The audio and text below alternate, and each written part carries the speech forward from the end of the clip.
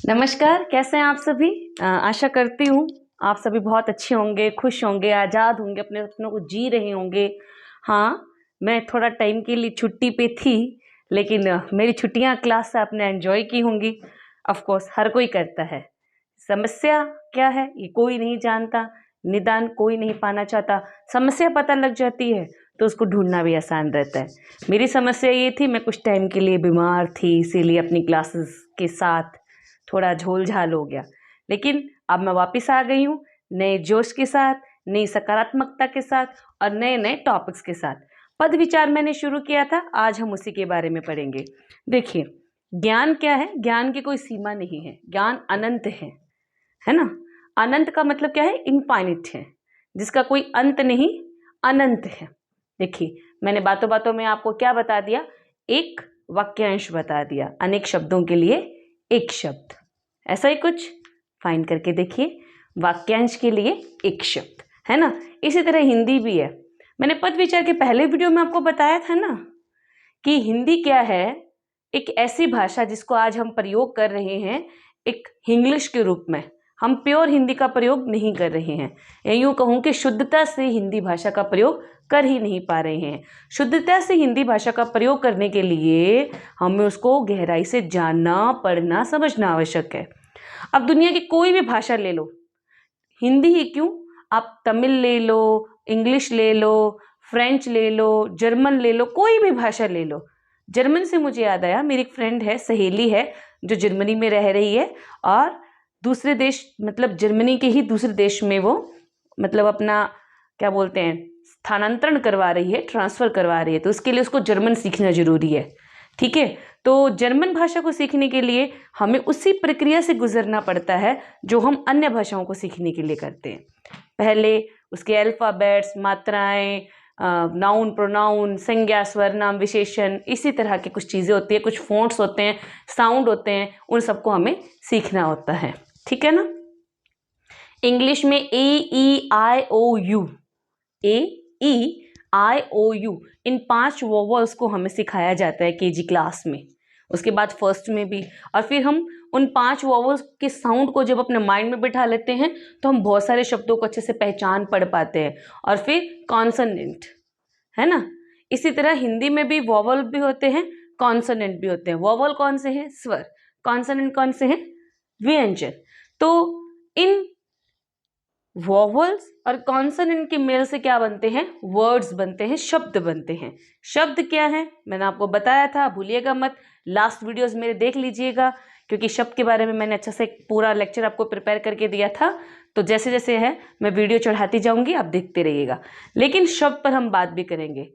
क्यों? क्योंकि शब्दों के बिना हमारी भाषा क्या है? अधूरी है। और भाषा के अधूरेपन को पूरा करने के लिए और उसको, हमारी जो बात हम बोल रहे हैं, सामने वाले तक पहुंचाने के लिए हमें उन शब्दों का, उसके साथ जुड़े हुए व्याकरण का ज्ञान होना बहुत आवश्यक है। और उसी ज्ञान के लिए आज मैं अपनी क्लास फिर से शुरू कर रही हूँ। तो मैं आप सभी का स्वागत करती हूँ नॉकआउट एजुकेशन पर। बहुत बहुत स्वागत है आप सभी का। मेरे वीडियो को पसंद कीजिए, कमेंट कीजिए, शेयर कीजिए और मेरे साथ जुड़े रहिए। हाँ, मैं अपना कंपटीशन जो आप हमेशा आपको क्वेश्चन देने का करती हूँ, भूली नहीं हूँ। मेरी प्रतियोगिता अभी भी चालू है। मेरी प्रतियोगिता क्या है? मैंने कहा था मैं वीडियो के बीच में आपसे अंत में बहुत सारे सवाल पूछती रहूँगी। उन सवालों को आप नोट कीजिए, उसके आंसर दीजिए, उत्तर दीजिए, और जिसके सबसे ज़्यादा सही उत्तर होंगे उसे हम हिंदी व्यक्तित्व के नाम से सम्मानित करेंगे और हमारे चैनल पर आने का मौका देंगे, अपने विचार व्यक्त करने का मौका देंगे। हाँ, मैं मानती हूँ, मैंने कहा था कि हम साहित्य की जो कक्षाएं हैं शुरू करेंगे, लेकिन मैंने कहा कि मेरी तबीयत थोड़ा बिगड़ गई थी, इसीलिए मैं थोड़ा लेट हो गई हूँ। बट इतना भी लेट नहीं हुई हूँ। मंजिल अभी बाकी है, चलना अभी बाकी है, हार थोड़ी ना मान सकते हैं। जो हार गया वो सबसे गया, जो हार कर खड़ा हो गया वो जीत के करीब गया। तो मुझे तो अपनी जीत के करीब जाना है ना, आप सबको पढ़ाना है, आप सबके प्यारे प्यारे शब्द सुनने हैं, कमेंट सुनने हैं, देखने हैं, और सबसे ज़्यादा मुझे आप सबसे बहुत सारी बातें करनी है। बहुत कुछ जो मेरे पास है मैं आपको बताना चाहती हूँ। मैंने आपको लास्ट वीडियो में बताया था, जो मैंने इससे पहले पद के ऊपर एक छोटा सा वीडियो बना के आपको दिया था, उस वीडियो में मैंने हिंदी भाषा, हिंदी कैसे बनी, उसका उद्भव थोड़ा बहुत मैंने आपको बताया था। हम नेक्स्ट वीडियो में उद्भव के बारे में बात करेंगे, लेकिन आज हम हमारा जो मुख्य बोलने का हमारा जो मुख्य विषय है बोलने का, वो पद परिचय है ना। मैंने कहा था शब्द और पद में अंतर। चलिए, मैंने बताया था पद क्या होता है, हर पद अपने आप में स्वतंत्र होता है और हर एक शब्द क्या कहलाता है, पद कहलाता है। हर शब्द की अपनी परिभाषा है, अपना एक परिचय है। जब वाक्य में प्रयुक्त शब्दों को हम अंडरलाइन कर देते हैं या एक रेखांकित करके हम पूछते हैं कि शब्द का अर्थ क्या है, ये शब्द क्या है, संज्ञा आता है, स्वरनाम में आता है, लिंग में आता है, वचन में आता है, संबंध बोधक है, समुच्चय बोधक है, किस तरह से हम व्याकरणिक रूप में या व्याकरणिक परिभाषा में उस शब्द का विवरण देते हैं, वो क्या कहलाता है, पद कहलाता है, पद परिचय। देखो, वाक्य में प्रयुक्त पदों का व्याकरण की दृष्टि से परिचय देना।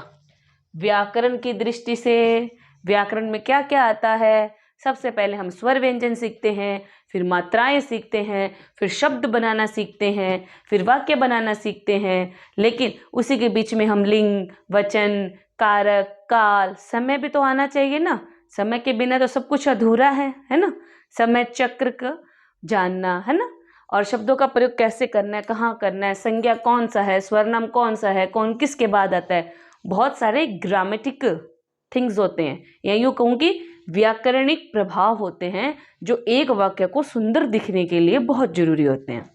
मैंने वीडियो में बात की थी कि कोई भी वाक्य सुंदर कैसे बन सकता है, इस पर भी चर्चा करेंगे। लेकिन आइए हम सबसे पहले बात करते हैं पद परिचय के बारे में। देखिए, पद परिचय के बारे में मैंने आपको बताया था कि वाक्य में प्रयुक्त शब्दों का व्याकरणिक तौर पर इंट्रोडक्शन देना, परिचय देना क्या कहलाता है, पद परिचय कहलाता है। उदाहरण स्वरूप आप मेरा नाम ले लीजिए। मेरा नाम क्या है, रेनू है। अब रेनू क्या हो गया, स्त्रीलिंग। क्यों, किसी लड़की का नाम है, ऑफ कोर्स किसी लड़की का नाम ही है। स्त्रीलिंग, अकेली है, मतलब इसके साथ किसी और व्यक्ति के नाम का या किसी अन्य वस्तु का उपयोग नहीं हुआ, तो क्या हुआ, एक वचन, है ना। तो मैंने ये दो रूप आपको बताए हैं। रेणु क्या है, स्त्रीलिंग है, एक वचन है।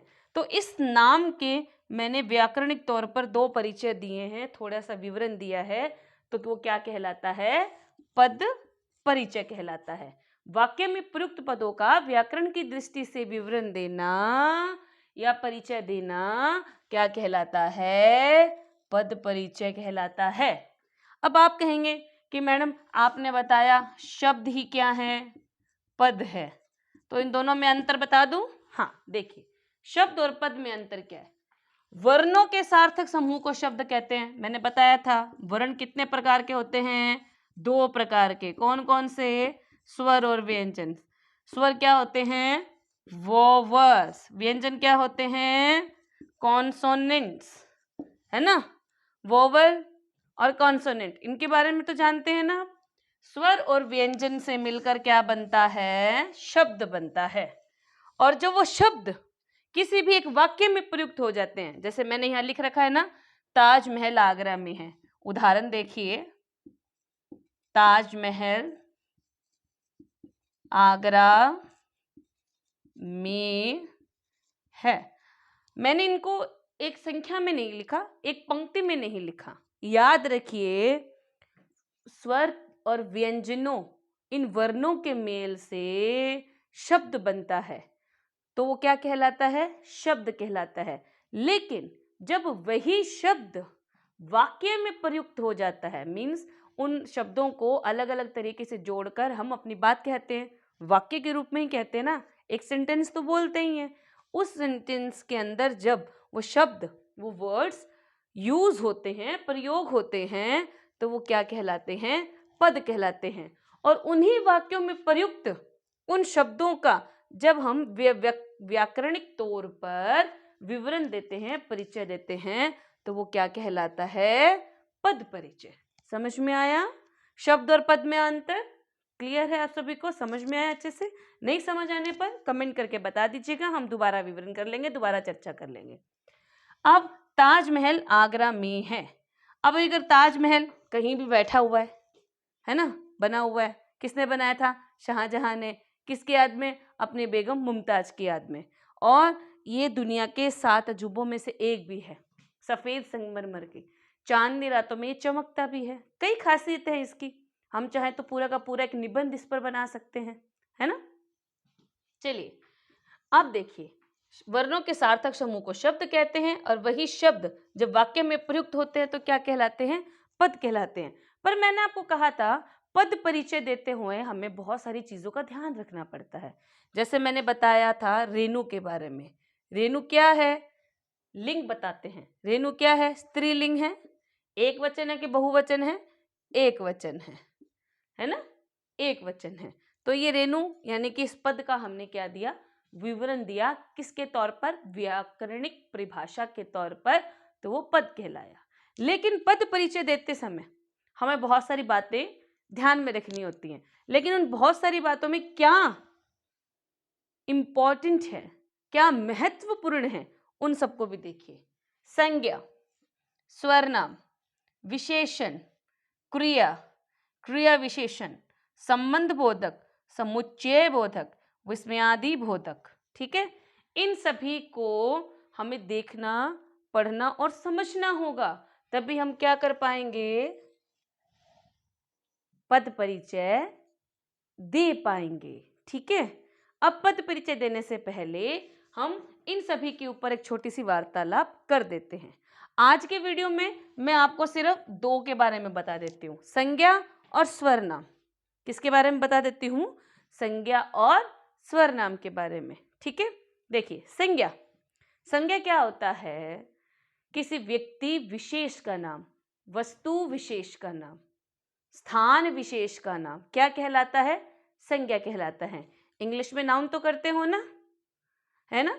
अ place, name of a word, place और person, the special name, special character जो अपने आप में महत्वपूर्ण है, वो क्या कहलाती है? संज्ञा। ठीक है, संज्ञा के कितने भेद होते हैं? 3। कौन कौन से? जातिवाचक संज्ञा, भाववाचक संज्ञा, व्यक्तिवाचक संज्ञा। चलिए अब हम इसको थोड़ा बोर्ड पर समझ लेते हैं। श्यामपट्ट पर नहीं, श्यामपट्ट नहीं है। ब्लैक बोर्ड को श्यामपट्ट बोलते हैं, तो व्हाइट बोर्ड को क्या बोलते हैं? उत्तर दीजिएगा। अगर ब्लैक बोर्ड को हिंदी में श्यामपट्ट बोलते हैं तो व्हाइट बोर्ड को हिंदी में क्या कहते हैं? उत्तर दीजिए। ठीक है, और पहले की वीडियो में मैंने आपसे पूछा था काल के अर्थ बताइए, बिल्कुल बताइएगा। बहुत सारे बच्चों को तो मैंने बता के सिखा के छोड़ा है, अब आपकी बारी है, आंसर दीजिए। और मैंने एक क्वेश्चन इससे पहले वाली वीडियो में पूछा था, हिंदी का उद्भव कहां से माना गया है? ठीक है, हिंदी उद्भव, हिंदी का उद्भव। ठीक है, इन 3 प्रश्नों के उत्तर मुझे मेरी वीडियो में आप दे दीजिएगा। तब तक वापस आ जाइए किसके ऊपर? संज्ञा के ऊपर। हम थोड़ी वार्तालाप, थोड़ी चर्चा कर लेते हैं। संज्ञा का भी तो संज्ञान होना आवश्यक है ना, नहीं तो हम अपनी पद परिचय को पूरा कैसे कर पाएंगे। तो मैंने कहा संज्ञा क्या है? संज्ञा है किसी व्यक्ति, किसी विशेष व्यक्ति, वस्तु व स्थान का नाम क्या कहलाता है? संज्ञा। सेकंड फर्स्ट के बच्चे आराम से जानते हैं इस लाइन को, हमें पता है, लेकिन हमें कंफ्यूजन क्या होती है? व्यक्ति विशेष कौन है, विशेष वस्तु क्या है, विशेष स्थान क्या है। देखो, व्यक्ति विशेष कब होता है? अब जैसे मैं हूं, मेरा नाम रेनू है। अब दुनिया में कितनी सारी रेनू है ना, बहुत लड़कियों के नाम रेनू है ना, तो हर कोई तो व्यक्ति विशेष नहीं होगा। व्यक्ति विशेष का क्या है? जब उसके व्यक्तित्व के गुण हर कोई आम व्यक्ति या हर आम व्यक्ति के गुणों पर चर्चा कर रहा हो, तो वो क्या हो गया? व्यक्ति विशेष हो गया। अब व्यक्ति विशेष कैसे? देखिए, हम ज्यादा दूर नहीं जाते, हम एकदम प्रभाविक से उदाहरण ले लेते हैं। प्रधानमंत्री नरेंद्र मोदी का। क्यों? नरेंद्र मोदी जी व्यक्ति विशेष क्यों हैं? आप कहोगे प्रधानमंत्री हैं। ऑफ कोर्स, हर कोई तो देश का प्रधानमंत्री नहीं है ना, एक ही प्रधानमंत्री है फिलहाल के लिए। लेटेस्ट में कौन है, करंट में कौन है, अभी कौन है? नरेंद्र मोदी। तो नरेंद्र मोदी व्यक्ति विशेष हुए ना, उनके कई सारे कारण हैं। देखिए, सबसे पहला और मुख्य कारण है कि वो प्रधानमंत्री हैं। दूसरा, उन्होंने बहुत सारे नियम कानून जो हैं बनाए हैं वो हमारी सुरक्षा के लिए, और वो हर बार कुछ ना कुछ अलग और नया करते हैं। जैसे राम मंदिर के निर्माण के बारे में उन्होंने जो है फैसला लिया है ना, इसी तरह से तो उनके अलग अलग कार्य लोगों को उन पर चर्चा करने के लिए मजबूर करते हैं, आम लोगों की चर्चा का मुख्य विषय बनते हैं। तो नरेंद्र मोदी जी क्या हुए? व्यक्ति विशेष। हमारे स्टेट के राजस्थान के मुख्यमंत्री कौन? अशोक गहलोत जी। तो वो भी क्या है? व्यक्ति विशेष हैं। अब हर कोई तो मुख्यमंत्री नहीं है ना, हर स्टेट का अपना अपना मुख्यमंत्री है, हर मुख्यमंत्री की अपनी अपनी विशेषताएं हैं। वो व्यक्ति विशेष है, क्यों? अपने पद के कारण, है ना। क्यों? क्योंकि वो मुख्यमंत्री हैं। नरेंद्र मोदी जी प्रधानमंत्री हैं, उनका अपना एक पद है, एक ओहदा है ना। एक कॉन्सोनेंट कह लो, सॉरी कॉन्सोनेंट नहीं, कंसिस्टेंटली कह लो, काफी लंबे टाइम से वो चले आ रहे हैं हमारे देश के प्रधानमंत्री। चलिए, इसी से मुझे क्वेश्चन मिल गया, प्रश्न मिल गया। प्रश्न क्या है? कितने साल से नरेंद्र मोदी जी हमारे प्रधानमंत्री हैं? मुझे बताइएगा। मैंने आंसर लिखा था लेकिन अभी इरेज कर देती हूँ, थोड़ी सी चीटिंग तो मैं भी कर सकती हूँ। ठीक है, तो वो क्या हुआ? व्यक्ति विशेष। क्लियर हुआ? समझ में आया? गुड। अब देखिए, वस्तु देखिए, अब मेरे पास ये मार्कर है, काला पेन है, जो मैं बोर्ड पर लिखने के लिए यूज करती हूँ। अब इसकी क्या पहचान है? ये काला मार्कर है जिसको लिखने में प्रयोग किया जाता है, और इसका हम और भी अन्य रूपों में प्रयोग कर सकते हैं, जैसे कलाकृतियां बनाते वक्त, रंग भरते वक्त और रेखांकित करते वक्त अन्य। लेकिन अभी तक ये सिर्फ काला मार्कर है, इसकी अपनी कोई पहचान नहीं है, इस वस्तु का कोई नाम नहीं है, ये एक आम वस्तु है ना।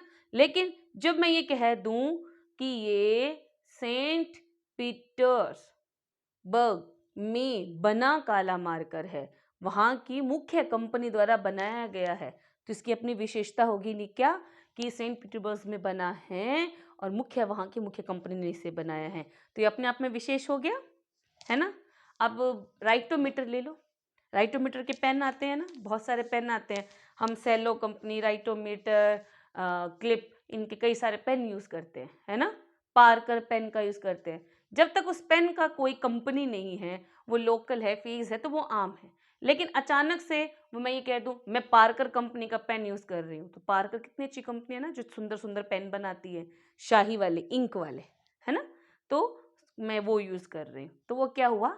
वस्तु विशेष। अब स्थान विशेष, स्थान विशेष के लिए आप अपना पुराना एग्जाम्पल ले लो, ताजमहल आगरा में है। ताजमहल कहाँ है? आगरा में है। तो आगरा क्या हो गया? स्थान विशेष। क्यों हुआ? ताजमहल के कारण। ताजमहल दुनिया में क्या है? एक, है ना। दुनिया में क्या है? एक, और वो कहाँ बसता है? आगरा में। तो आगरा प्रसिद्ध क्यों हुआ? ताजमहल के कारण। इसलिए क्या हो गया? स्थान विशेष। ध्यान रखिएगा। क्लियर हुआ आपको ये सब? आशा करती हूं अच्छे से समझ में आया होगा। नहीं आने पर आप मुझे कमेंट करके बताते रहिए। अब बात हम करते हैं, संज्ञा के कितने भेद हैं?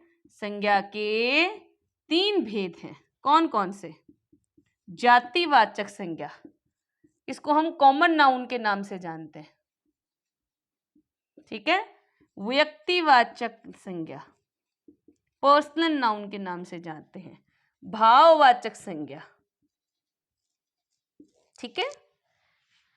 अब देखो, व्यक्तिवाचक संज्ञा तो क्या हुआ? व्यक्ति विशेष का नाम आता है, वो अपने आप में विशेष है, चाहे अपने ओहदे के कारण, अपने कार्यों के कारण, या अपनी किसी और विशेषता के कारण, तो वो क्या हुआ? व्यक्ति विशेष, विशेष वस्तु इत्यादि, ठीक है। जैसे ताजमहल है, ताजमहल चांदनी रात में बहुत ही सुंदर दिखाई देता है। अब ताजमहल की विशेषता है ना, तो वो विशेष हुआ, तो हम उसको क्या कहेंगे? व्यक्तिवाचक संज्ञा।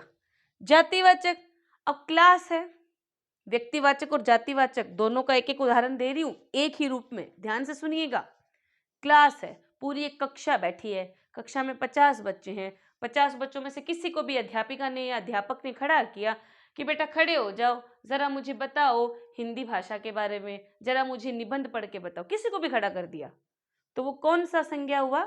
जातिवाचक संज्ञा। लेकिन उसी पूरी भरी पूरी क्लास के अंदर मैडम ने कहा, सर ने कहा कि अंशुल बेटा खड़े हो जाओ, निबंध पढ़ो, तो वो क्या हुआ? व्यक्तिवाचक। समझ में आया? अब भाव क्या है? देखो, हम हंसते हैं, रोते हैं, खाते हैं, पीते हैं, चलते हैं, हमारे हर मूवमेंट में क्या है? एक भाव है। अब मम्मी से कोई टॉफी लेना हुआ, हमने रो के कह दिया मम्मा टॉफी दो ना, प्लीज दो ना। इमोशनली ब्लैकमेल करते हैं ना हम उनको, भावनात्मक रूप से उनको अपनी ओर खींचना। हमारे भाव कई रूपों में है। भाव रोना, हंसना, चलना फिरना, चटकारा लेना, स्वाद लेना, ये भी क्या है? हमारे भाव हैं। जब हमारे भाव को किसी वाक्य में प्रदर्शित किया जाता है तो वो कौन सी संज्ञा होती है? भाववाचक संज्ञा। अब बोर्ड किस तरफ आ जाइए, हमने संज्ञा पढ़ा, संज्ञा के भेद पढ़े, लेकिन संज्ञा में क्या है? लिंग और वचन भी आते हैं। जैसे ताजमहल आगरा में है, अब मैंने अंडरलाइन किया है ताजमहल का पद परिचय दो, तो ताजमहल क्या है?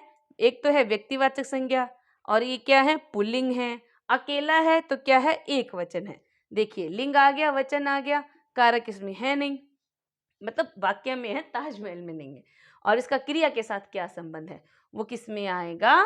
संज्ञा में। तो समझ गए ना आप संज्ञा? मैं आशा करती हूँ आप बहुत अच्छे से समझे होंगे। आप बहुत समझदार बच्चे हैं, आप सब जानते हैं, समझते हैं, लेकिन एक सही गाइडलाइन या यूँ कहूँ कि एक सही निरीक्षण देना, रास्ता दिखाना आवश्यक होता है। और मैं कोशिश करूँगी कि मैं आपको सिखा पाऊँ, बहुत अच्छे से पढ़ा पाऊँ, बहुत अच्छे से बता पाऊँ। इन्हीं आशाओं के साथ मैं रेणु जैन आपसे मिलती हूँ अगली वीडियो में। तब तक इस वीडियो को देखिए, पढ़िए, समझिए, और आपके मन में जो प्रश्न हैं उनके जवाब मुझसे लीजिए। और कोशिश कीजिए कि ज़्यादा से ज़्यादा आप लाइक करें, कमेंट करें, शेयर करें, ताकि मेरी वीडियो आप सब तक आसानी से पहुंच पाए और आप हिंदी को पढ़ पाएं एकदम आसान तरीके से मेरे नज़रिए के साथ। मैं मिलती हूँ रेणु जैन, आशा करती हूँ सब खुश रहेंगे। Bye bye.